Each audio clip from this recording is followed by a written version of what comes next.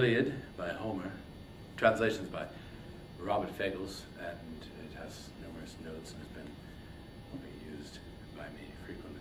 So, a reading of Book I, inspired by some readings that I saw online. We'll see.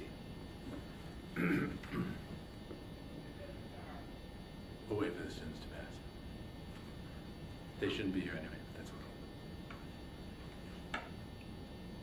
Rage goddess, sing the rage of Peleus' son Achilles, murderous, doomed that cost the Achaeans countless losses, hurling down to the house of death so many sturdy souls, great fighters' souls, but made their bodies carrion, feasts for the dogs and birds. The will of Zeus was moving toward its end. Begin muse when the two first broke and clashed, Agamemnon, lord of men, and brilliant Achilles. What god drove them to fight with such a fury? Apollo, the son of Zeus, and Leto.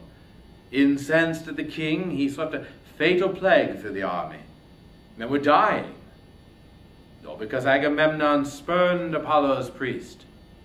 Yes, Chryses approached the Achaeans' fast ships to win his daughter back, bringing a priceless ransom, and bearing high in hand, wound on a golden staff, the wreaths of the god, the distant deadly archer.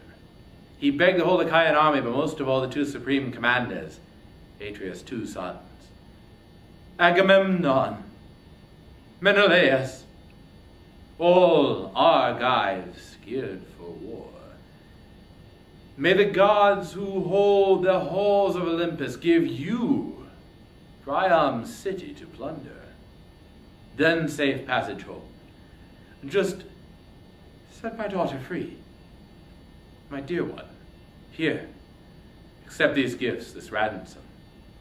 Honor the god who strikes from worlds away, the son of Zeus, Apollo.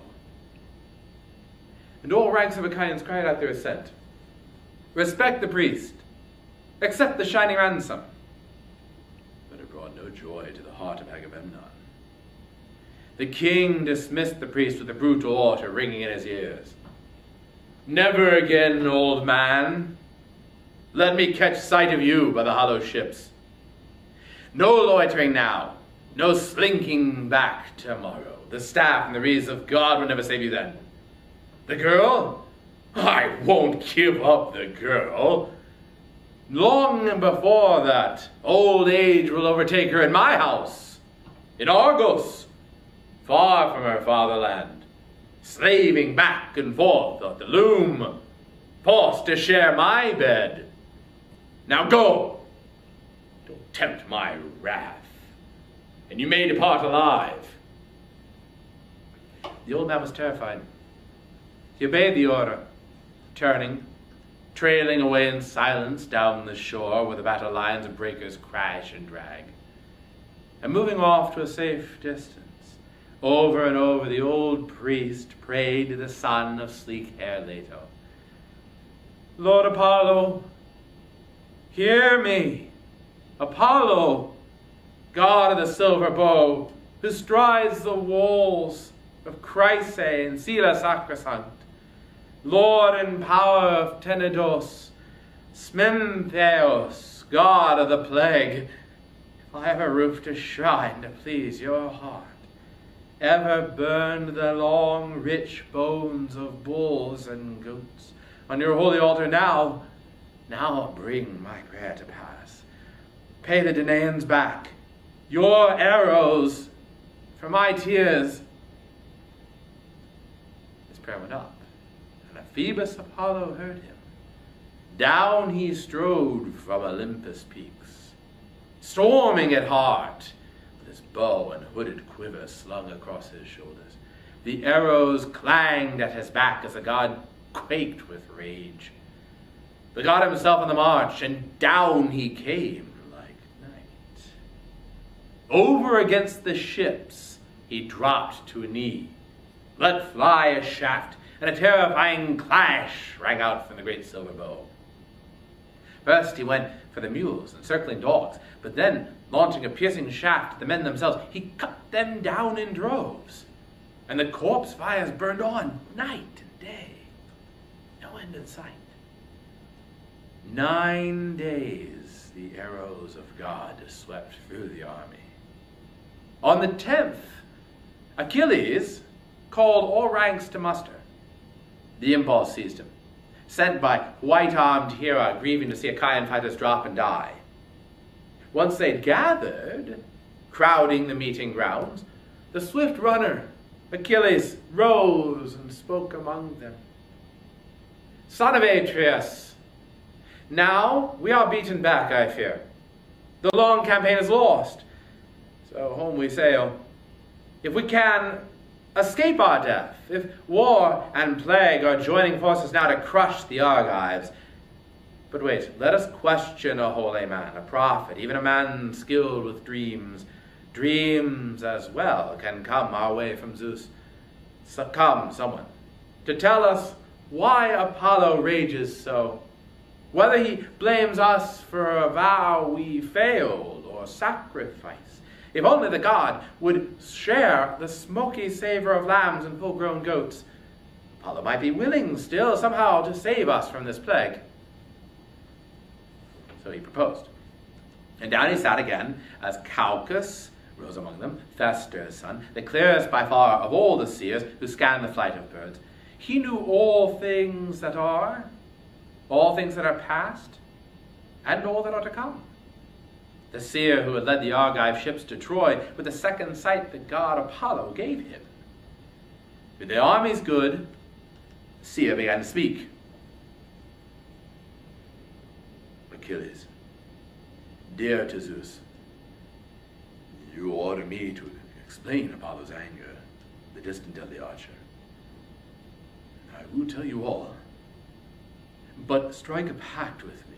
Swear you will defend me with all your heart, with words and strength of hand. For there is a man I will enrage, I see it now, a powerful man who lords it over all the Argives, one the Achaeans must obey. A mighty king, raging against an inferior, is too strong. Even if he can swallow down his wrath today, still he will nurse the burning in his chest until sooner or later he sends it bursting forth. Consider it closely, Achilles. Will you save me? And the matchless runner assured him, Courage! Out with it now, Calchas.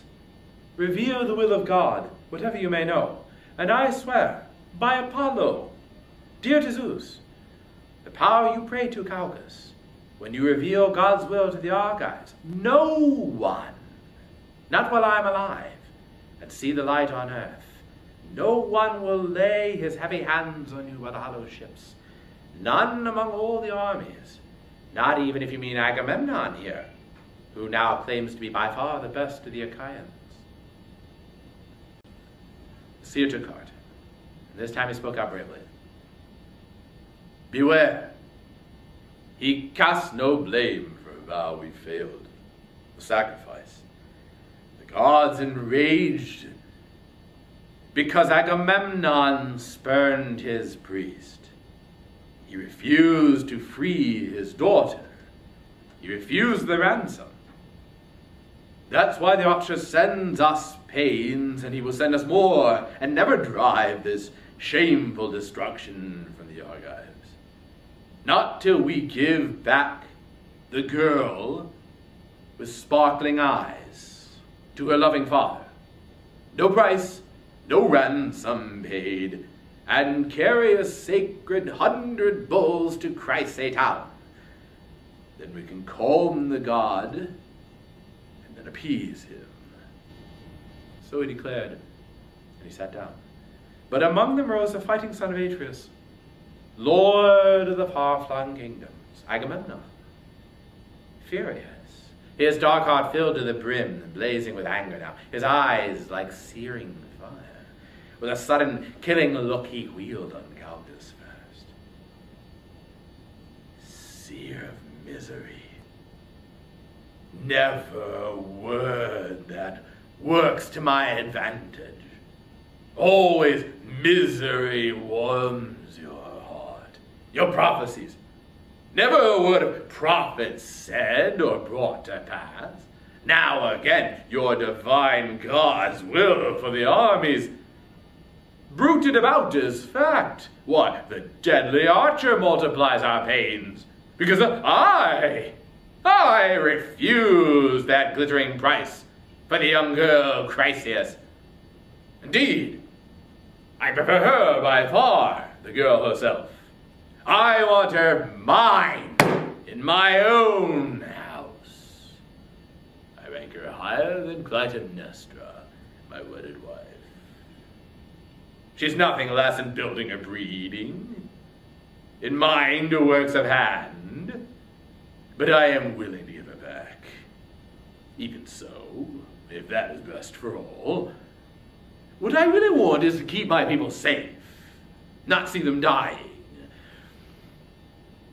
But fetch me another prize, and straight off, too, else I alone of the Argives go without my honor.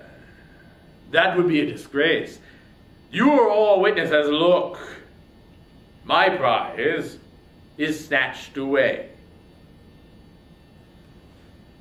But the swift runner Achilles answered him at once. Just how Agamemnon, great field marshal, most grasping man alive, how can the generous Argives give you prizes now? I know of no troves of treasure piled, lying idle anywhere. Whatever we dragged from towns we plundered. All's been portioned out. But collect it, call it back from the rank and file, that would be the disgrace. So return the girl to the god, at least for now.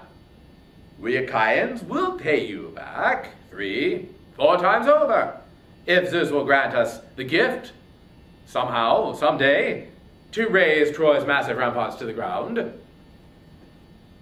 But King Agamemnon countered. Not so quickly. Brave as you are, godlike Achilles. Trying to cheat me. Oh no, you won't get past me. Take me in that way. What do you want?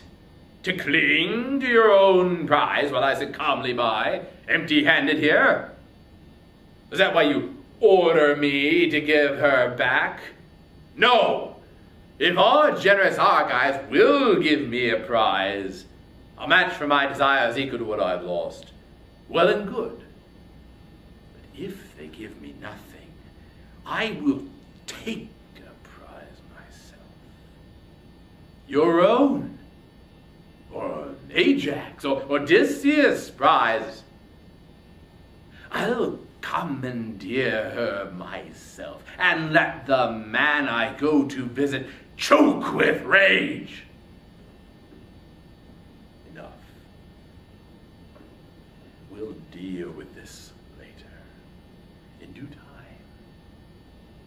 Now come, we haul a black ship down to the bright sea, gather a decent number of oarsmen along her locks, and put aboard a sacrifice, and Chryseis herself, in all her beauty.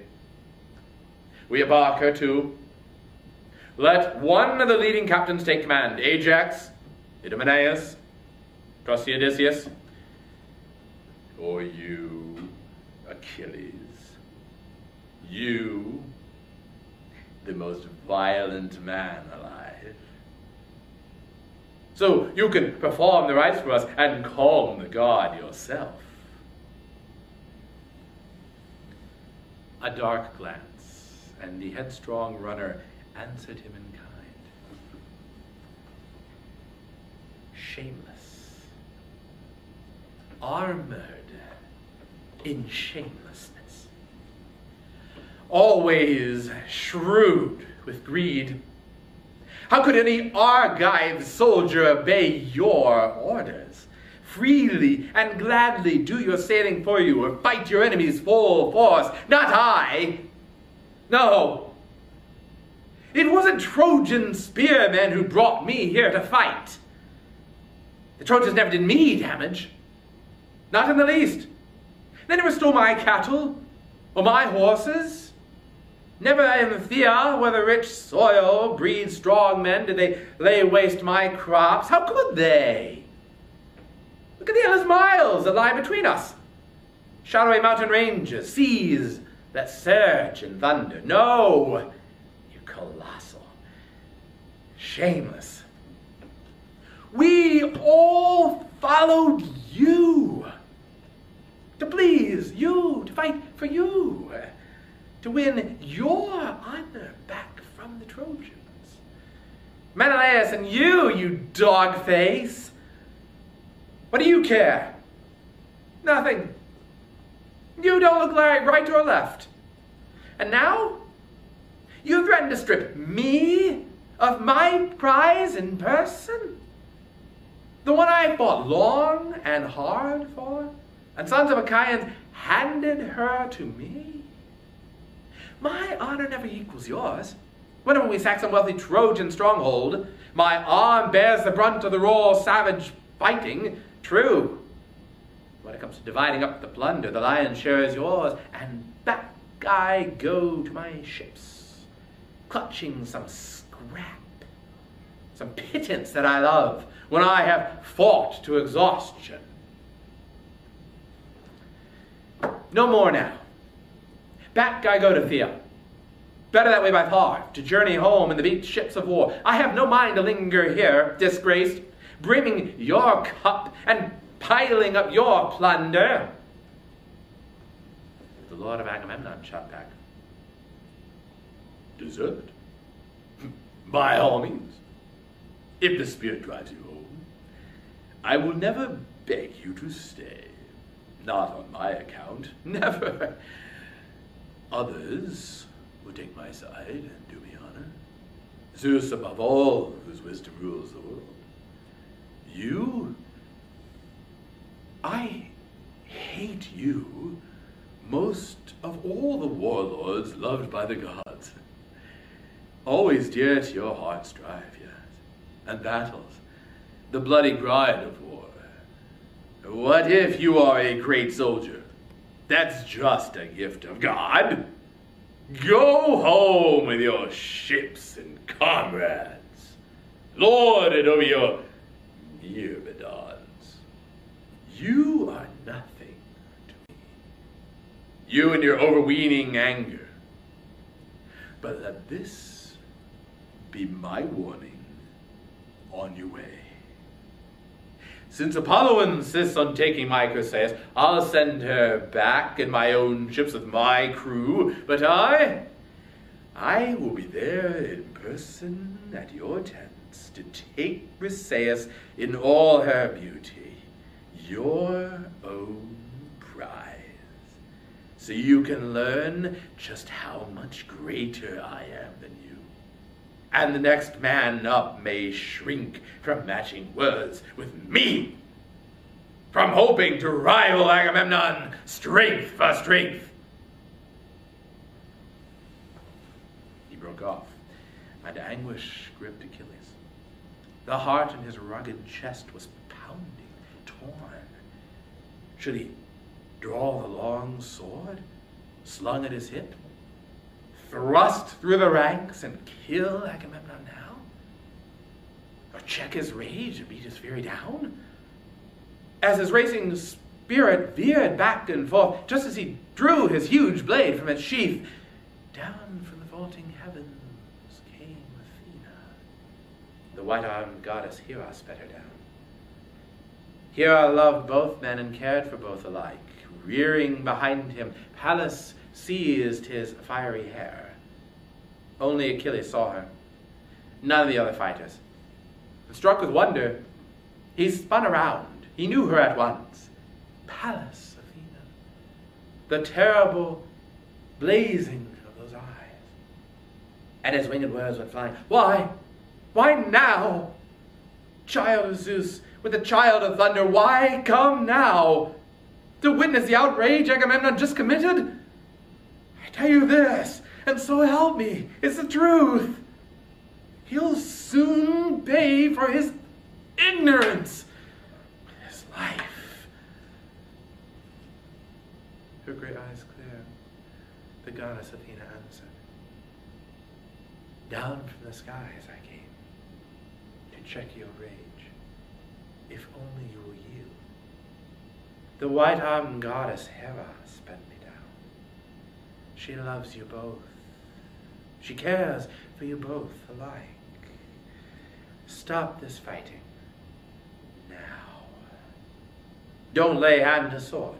Lash him with threats of the price that he will face. And I tell you this, and I know it is the truth. One day, glittering gifts will lie before you, 3 times over to pay for this outrage. Hold back now. Obey us both. And so she urged, and the swift runner complied at once. I must. When the 2 of you hand down commands, goddess, a man submits though his heart breaks with fury. Better for him by far, if a man obeys the gods, they're quick to hear his prayers. And with that Achilles stayed his burly hand on the silver hilt and slid the huge blade back in its sheath. He would not fight the orders of Athena. Soaring home to Olympus, she rejoined the gods, aloft in the halls of Zeus, whose shield is thunder.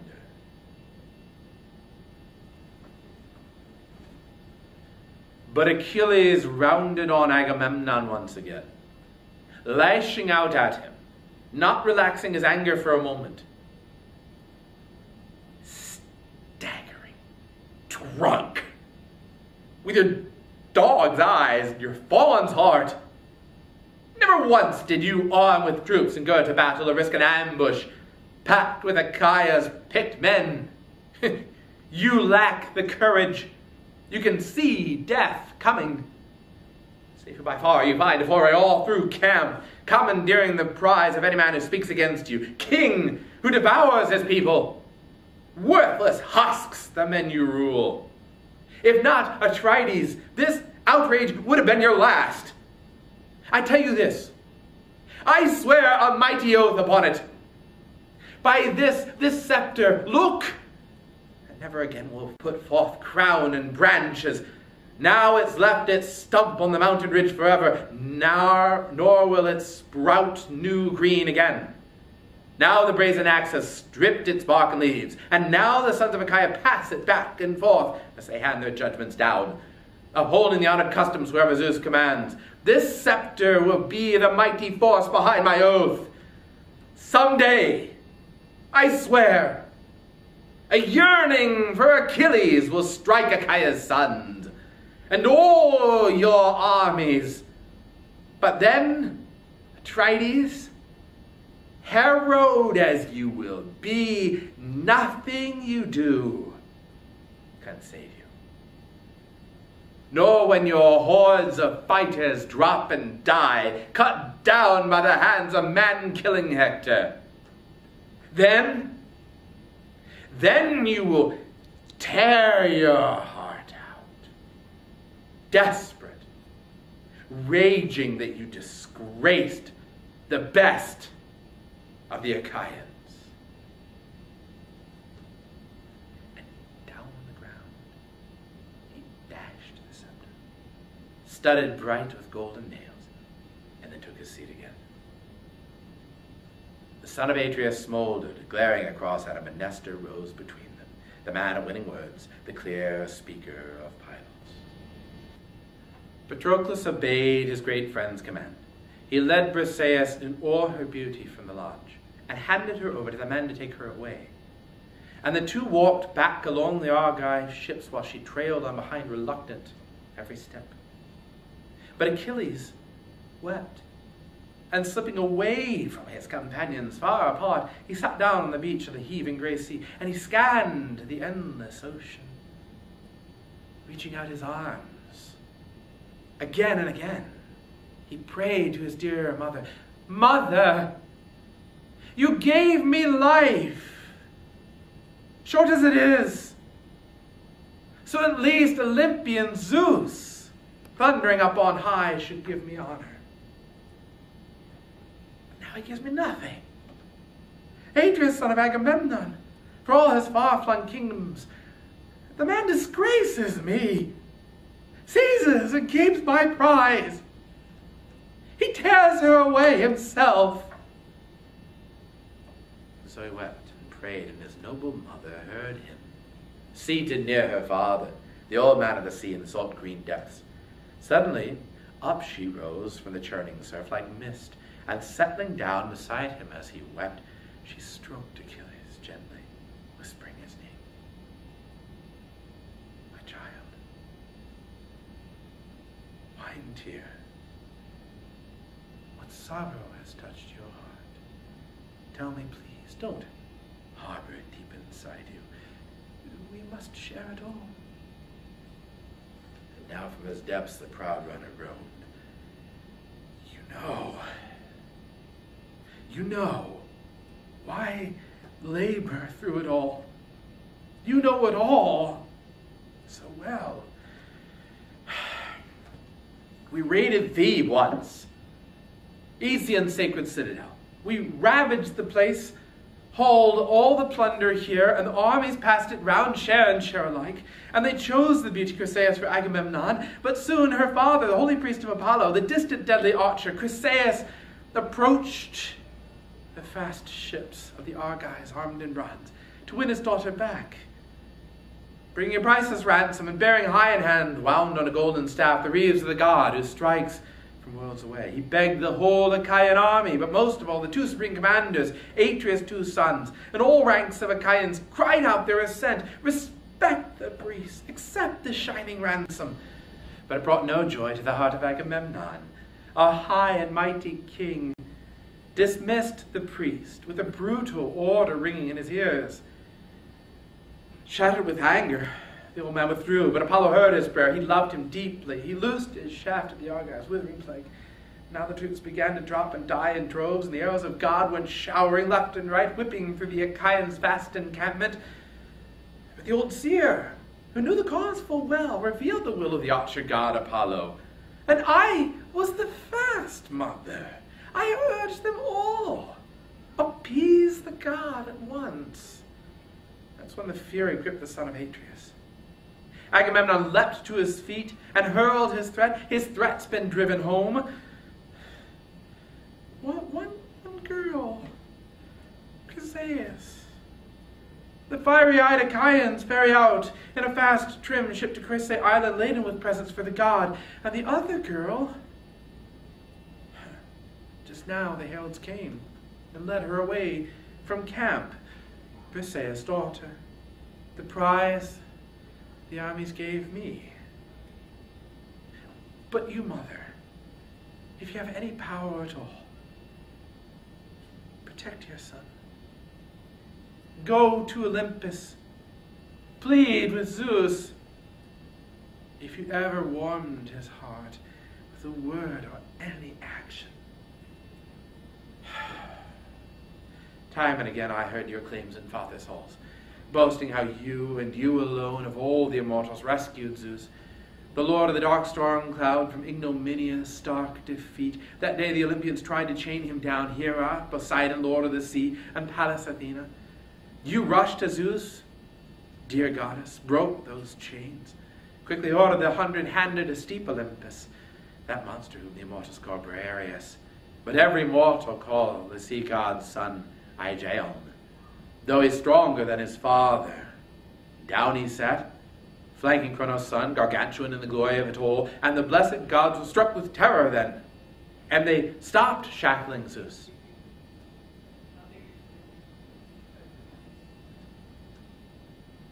Remind him of that.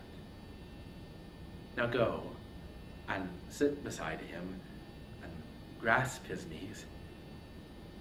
Persuade him somehow to help the Trojan cause, to pin the Achaeans back against their ships, trap them round the bay, mow them down, so all can reap the benefits of their king, so even mighty Atrides could see how mad he was to disgrace Achilles, the best of the Achaeans. And Thetis answered, bursting into tears, "Oh, my son, my sorrow, why did I ever bear you? All I bore was doom. Would to God you could linger by your ships without a grief in the world, without a torment. Doomed to a short life, you have so little time, and not only short now, but filled with heartbreak too, more than all other men alive, doomed twice over. Ah, to a cruel fate I bore you in our halls. Still, I shall go to Olympus, crowned with snow, and repeat your prayer to Zeus, who loves the lightning, and perhaps he will be persuaded. But you, my child, stay here by the fast ships.